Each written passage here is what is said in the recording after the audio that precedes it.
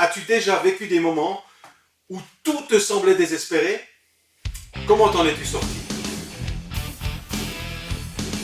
Bonjour les amis, bienvenue dans mon bureau pour ces courts instants que nous consacrons à réfléchir un peu sur nos vies et le sens de certains événements vécus.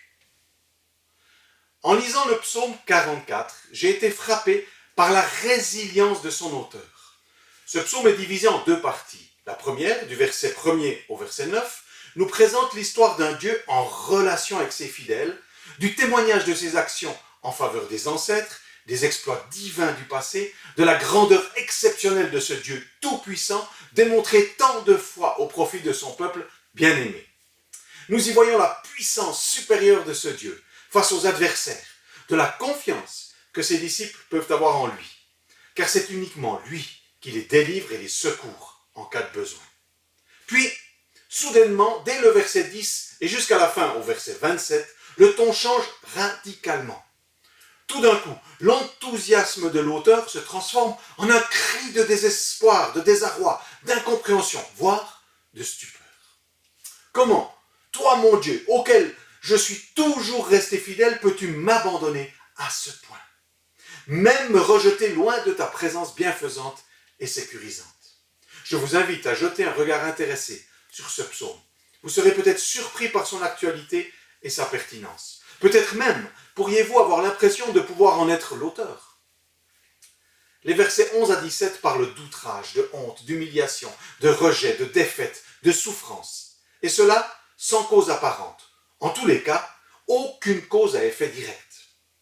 L'auteur et ses contemporains restés fidèles à Dieu paraissent subir totalement injustement un abandon divin et une mise à l'index humiliante face aux ennemis. Une série de questions expose l'incompréhension totale de ce peuple, livré à l'abattoir sans aucune raison consciente. Pourquoi, ô Dieu, permets-tu cela? Pourquoi mon entreprise est-elle mise en grand danger, alors que je me suis acharné fidèlement avec ton aide à la mettre sur pied? Pourquoi tel ami, tel parent, collègue passe-t-il par cette épreuve? Pourquoi mon année scolaire est en danger et j'ai tant de peine à reprendre le cours normal de mes études après cet arrêt non volontaire et injustement imposé? N'entends-tu pas dans les cris du psalmiste un écho à notre situation? Moi oui.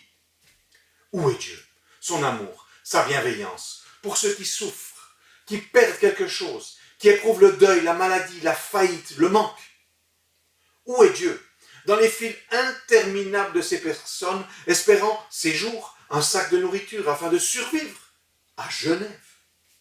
Il me paraît assez naturel, ou au moins simplement humain, de se poser ces questions. N'es-tu pas d'accord? Le dernier verset de ce psaume 44 conclut ainsi. Agis, viens à notre aide, libère-nous dans ton amour.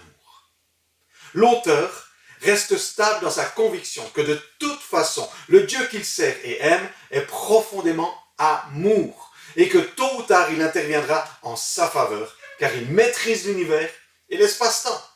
Quelle belle qualité de résilience! Ce psaume, mis en parallèle avec un autre texte biblique, permet de mettre du relief, de la 3D dans ce flot de questionnement. L'expérience vécue par Jésus, juste après son baptême, par Jean le Baptiste, est racontée dans Matthieu chapitre 4, les versets 1 à 11. Jésus est conduit, poussé, motivé, inspiré à aller. Quel autre mot pourrait décrire le fait que Jésus se retira au désert pour un temps de privation de nourriture et de solitude? Il est parfois bon de prendre un peu de recul dans nos vies afin de regarder les circonstances avec un peu plus de sagesse et dégager des émotions nous poussant à précipiter nos actions. Jésus vit donc ce temps assez long. Le texte parle de 40 jours. Est-ce un timing précis ou la description de l'époque pour évoquer un long moment? Je ne sais pas. Mais quoi qu'il en soit, Jésus est dans la privation et le manque volontaire depuis un bon moment, lorsque l'ennemi de Dieu, dénommé le tentateur et le calomniateur, traduction probable du grec diabolos, s'approche de lui. Il est ainsi remarquable que cet ennemi semble bien connaître la nature humaine et ses points faibles. Il sait quand venir susurrer ses inepties à nos esprits.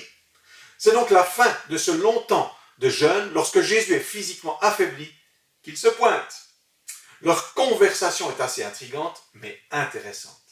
Jésus a évidemment faim. C'est sur ce besoin naturel et vital que ce diable commence ses attaques, en le provoquant sur son identité et donc ses capacités. Puis, il lui cite les Écritures saintes. Il ne manque pas de culot, celui-là. Et pour terminer, il lance ses missiles en chatouillant l'ego et le désir de réussite, de richesse qu'il espère trouver en Jésus. Mais heureusement, bien que pleinement humain, Jésus ne se laisse pas avoir et résiste. Même plus, il triomphe brillamment de ses tentations. Du coup, le tentateur, le calomniateur, l'ennemi s'en va et le laisse tranquille. Le texte mentionne qu'il attendra une autre occasion, un moment favorable. Jésus nous montre par son exemple que des victoires dans des conditions extrêmes sont possibles. L'auteur du psaume compte sur l'amour inconditionnel et infini de Dieu pour agir en sa faveur. Jésus sort victorieux de ses confrontations avec l'ennemi en restant sur le terrain de l'obéissance envers son Père, le Dieu d'amour. Pourtant, les deux expérimentent des situations pénibles, injustes, non méritées, surprenantes. Cela m'encourage. Quelle que soit la situation, un espoir existe et demeure. Rester sur le solide terrain de la confiance en Dieu qui nous aime est le meilleur fondement pour sortir de nos crises. En ce dimanche, après l'ascension, nous savons que Jésus, le grand vainqueur, sur les tentations, les calomnies, les échecs, les trahisons et tant d'autres choses, n'est pas simplement mort et ressuscité, ce qui en fait est déjà extraordinaire, ne trouvez-vous pas ? Mais il est monté au ciel, attiré physiquement dans la présence divine par son Dieu, son Père. Maintenant, il est assis sur son trône, démontrant son pouvoir et sa puissance sur l'univers à la droite de Dieu le Père. Si c'est nécessaire, voici une garantie supplémentaire du fait qu'il est en mesure de nous secourir lorsque nous en avons besoin. Jésus nous prouve par sa vie qu'il est réalisable de tenir tête aux mensonges du tentateur, à ses séductions et subtiles avances, et par son ascension qu'il est au-dessus de tout et nous vient en aide comme il l'a promis. Alors, si tu te trouves en ce moment au creuset de l'épreuve et que l'ennemi te harcèle, n'oublie jamais que Jésus l'a aussi expérimenté et qu'il en est sorti vainqueur afin de t'offrir sa victoire. Saisis cette opportunité de continuer à compter sur lui, sur son amour. Finalement, comme l'auteur du psaume 44, tu verras qu'il agira en ta faveur. Bon courage, bonne semaine et à mercredi.